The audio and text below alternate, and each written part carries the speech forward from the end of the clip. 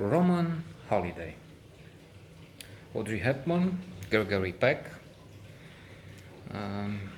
We couldn't find another glamorous, outstanding, phenomenal couple.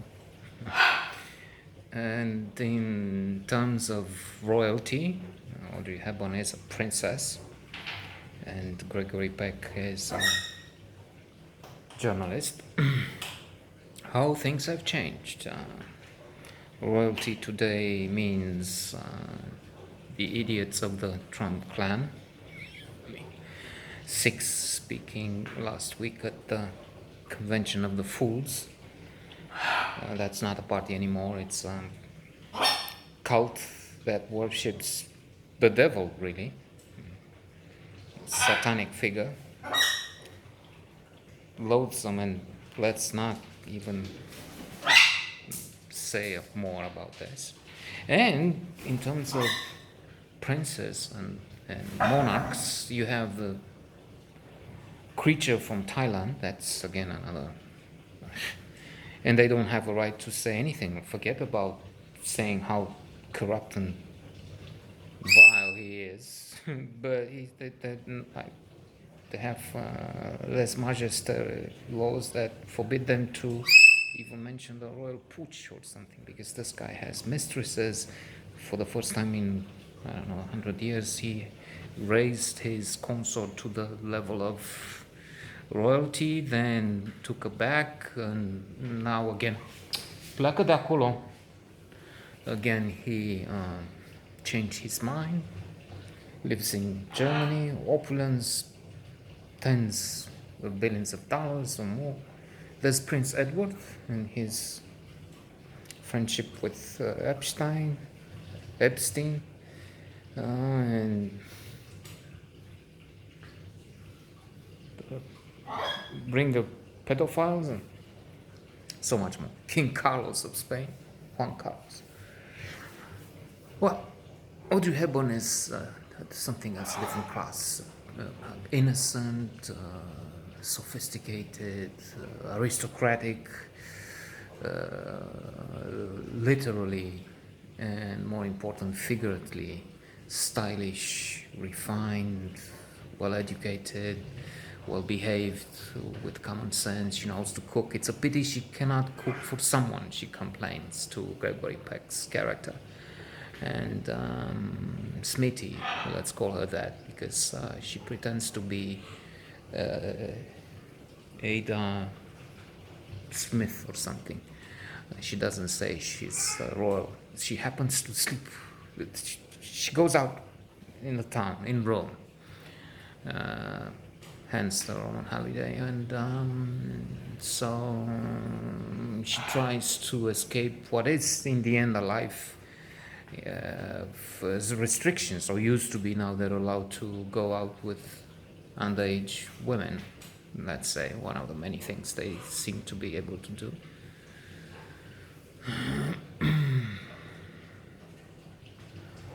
And I'm tempted to say more, but I'll try to stick with a line. The film I'm supposed to talk about. Well, I'm not actually supposed to. This is just the pretense to go on in the woods. So she can't stand this isolation, this living in a bubble. She is in a lockdown somehow. She's in isolation before the pandemic, decades before. So she's going out to try and experience life, not the artificial existence she has. So she drinks a little, and that's enough. So she's drunk. She spends a night with a photographer. He finds out who she is, and he plans to have a story for $5,000. It's an exclusive story about a subject that everybody's interested in at that time. And even more recently, there were paparazzi that tried and used stellar lenses and then sold pictures with topless princesses to tabloids in France, in Britain, lawsuits and so on. There's the tension between the ex-royals, Harry and Meghan, in the press, some of the press. And so he has a friend, they take pictures, and the idea is to sell the article and the pictures to this newspaper.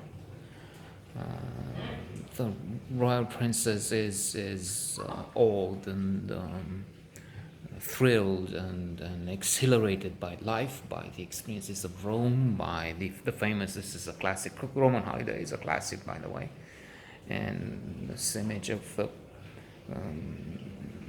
hand, Audrey Hepburn placing the hand, and Gregory Peck with her, in what is supposed to be the magic place where if you lie they catch your hand in there, and she's scared, and the journalist is using a prank.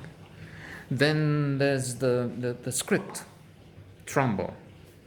We had recently a film about him, about the screenwriter Trumbo, played by Bryan Cranston. Wonderful film. We learn more about Edgar J. Robinson, about John Wayne. Quite a negative character in Trumbo, fighting on the side of the McCarthyist groupings.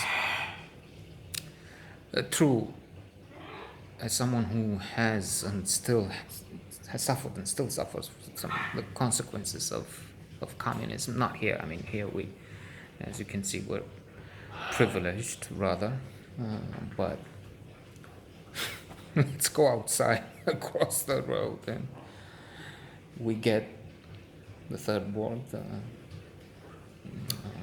view.